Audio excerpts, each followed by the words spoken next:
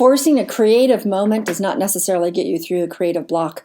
This is Dr. Carol Francis, and today we're talking about those individuals who want to be artists or writers or just inventors or move through a task in a successful sort of way, and they just can't seem to get through the block. They stall out, or everything they try to do feels like a stutter and a fail, kind of like wanting to abandon the whole experience because it doesn't seem to be going anywhere. It is precisely repeating the failure after failure after failure that usually leads to a type of success, because you kind of get out of your way all the things that aren't really going to work.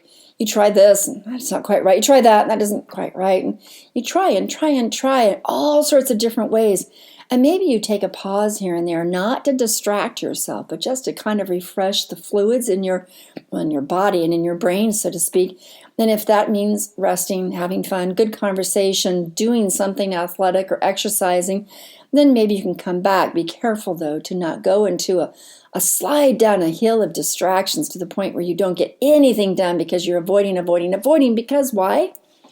Because one aspect of a creative block is that you have to go through an era of failure or not liking what you're creating in order to get closer and closer and closer to what it is you'd like to do. You have to get rid of the junk, so to speak, in your room when you're trying to clear out the clutter before you can actually reorganize and make things look better. And it's kind of similar in your own brain. You have to get rid of the clutter that may or may not approximate what you ultimately want to create before you can actually begin to organize. And every time you try something and then usher it away, and try something else and usher it away, you are actually likely moving closer and closer to the actual fundamental aspects of what you want to organize and create ultimately. A lot of people don't let themselves go through that clutter process because it's not really necessarily fun.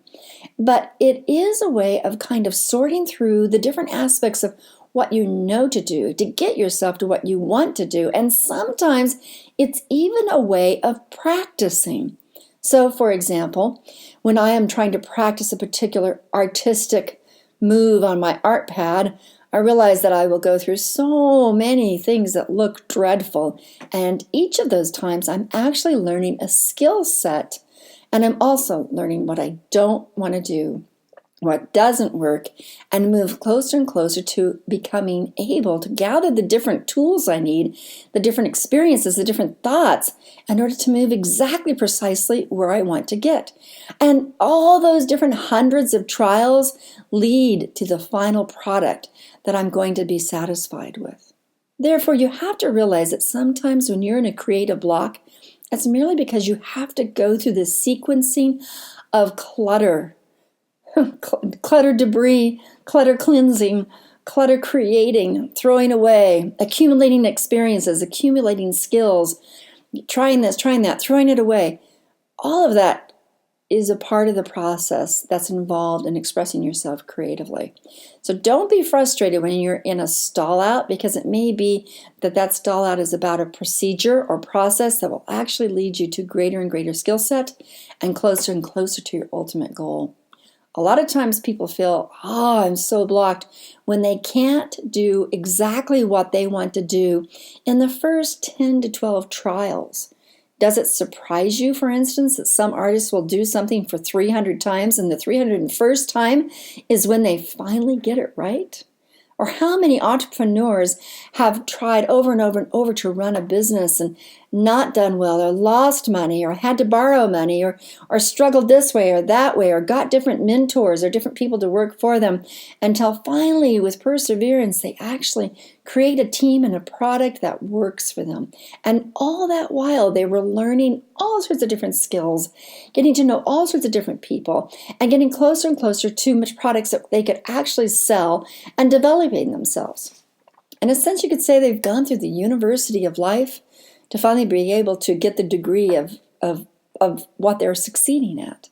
A lot of times we forget that where we got to successfully actually was a path that involved a whole lot of tripping, falling, scraping, and not being too content with the product. So persevere Take healthy breaks, not the type that distract you for a long time, and then get back to the work of grunging. Grunge it through, get the clutter out of the way, do the tasks it takes, approximate, erase, get something out, and get closer and closer and closer to the point where the next level of your creative success begins to pour out of you. Okay, this is Dr. Carol Francis on creativity blocks and how to move past them. Cheers.